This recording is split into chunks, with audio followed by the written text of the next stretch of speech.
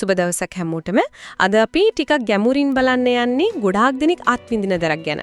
මේ යටිපතුල් වල තියෙන දැවිල්ල.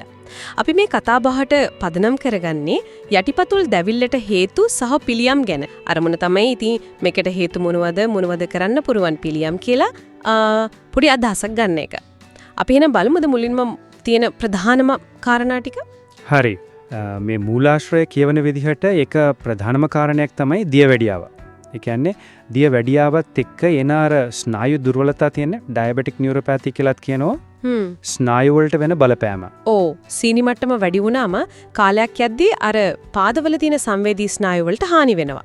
ඉතින් එතකොට තමයි මේ අමුතුවෙන් හේතුවක් නැතුවම දැවිල්ල එන්නේ. හිරි වැටෙනවා වගේ දැනෙන්නේ. ඒ කියන්නේ පිටින් මුකුත් වෙලා නෙවෙයි ඇතිලෙම්මයි ප්‍රශ්නය. හරියටම හරි.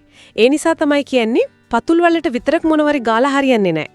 අනිවාර්යෙන් දියවැඩියාව පාලනය කරන්නම ඕනේ. ආහාර පාලනය, ව්‍යායාම වගේ දේවල් අර චීන කටු ප්‍රතිකාරය ගැනත් සඳහන් වෙනවා දියවැඩියාවටයි මේ දැවිල්ලටයි දෙකටම උදව්වක් විදිහට. හරි ඒක තමයි එන ලොකුම හේතුවක්. හැබැයි ඉතින් හැම දැවිල්ලක්ම මේ ලොකු ලෙඩක් නිසාම නෙවෙයිනේ එන්නේ නේද? සමහර විට අපි දාන සපත්තු වගේ දේවල්. ඔව් ඒකත් කියනවා.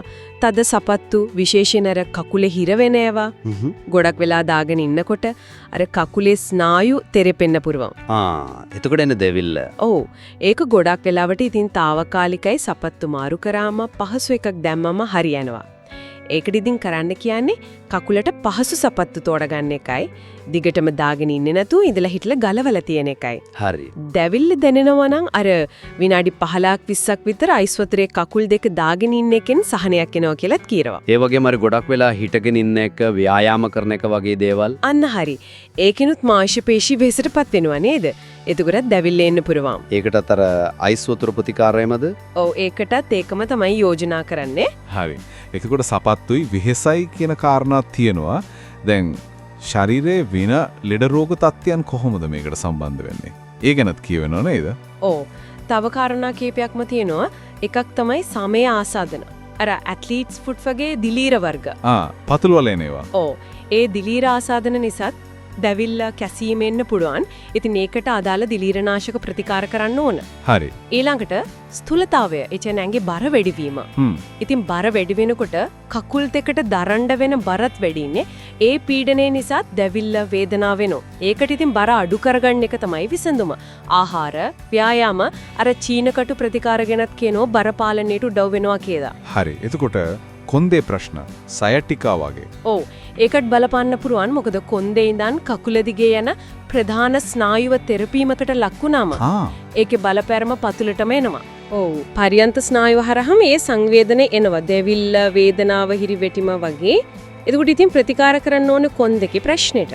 තෙල් ගානික, පත්තු දානික, චීන කටු ප්‍රතිකාරات එකට උදව් වෙන්න පුළුවන්. වකුගඩු වල ප්‍රශ්න ගැනත් කියවුණා නේද? ඕ ඒක ටිකක බරපතල කාරණයක්. වකුගඩු හරියට වැඩ නොකරනකොට ශරීරයේ අපද්‍රව්‍ය රුධිරයේ එකතු වෙනවා මේ. මේ අපද්‍රව්‍ය විෂද්‍රව්‍ය වගේ දේවල් ස්නායු වලට බලපාලා දැවිල්ල ඇති කරන්න පුළුවන්. අනිතික කකුල් ඉදිමෙනවා. හරි හරි. එතකොට වකුගඩු රෝගියට ප්‍රතිකාර කිරීම තමයි වැදගත් වෙන්නේ. අනිවාර්යෙන්. හැබැයි ඉතින් මූලාශ්‍රය කියනවා වගේ ලෙඩ වුණාට පස්සේ දඟලනවට වඩා හොඳයි නේද වලක්වා ගන්න එක. වතුර බොන එක, ව්‍යායාම, අහිතකර කැම බීම අඩු කරන එක වගේ දේවල්. ඒක නම් ඇත්ත.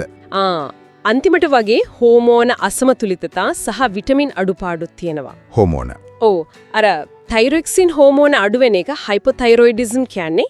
ඒ වගේම විටමින් B, විශේෂයෙන් B12 අඩු වුණාමත් ස්නායු වලට බලපාලා දැවිල්ල එන්න පුළුවන්ලු. එතකොට ඒවට අදාළ ප්‍රතිකාර ගන්න ඕනේ.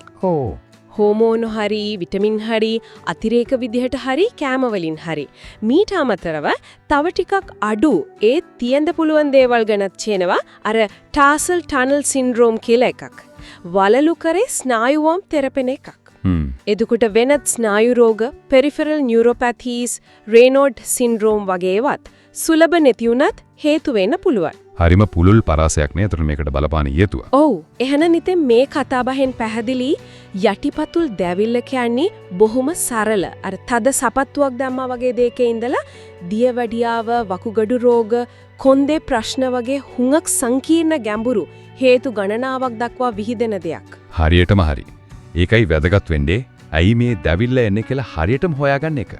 නිකම්ම හිතලා බේතක් ගන්නෙ නැතුව. වෛද්‍යවරයෙක් හම්බ වෙලා හේතුව හරියටම දැනගෙන ඒකට හරියන දේ කරන එක. පාද ගැන සැලකිලිමත් වෙන එක, පොඩි හරි වෙනසක් දැනුනොත් කල් දාන්නේ නැතුව බලන එක තමයි හොඳම දේ. ඇත්ත. එහෙනම් අවසාන වශයෙන් අපි ටිකක් හිතන්න දෙයක් ඉතුරු කරමු.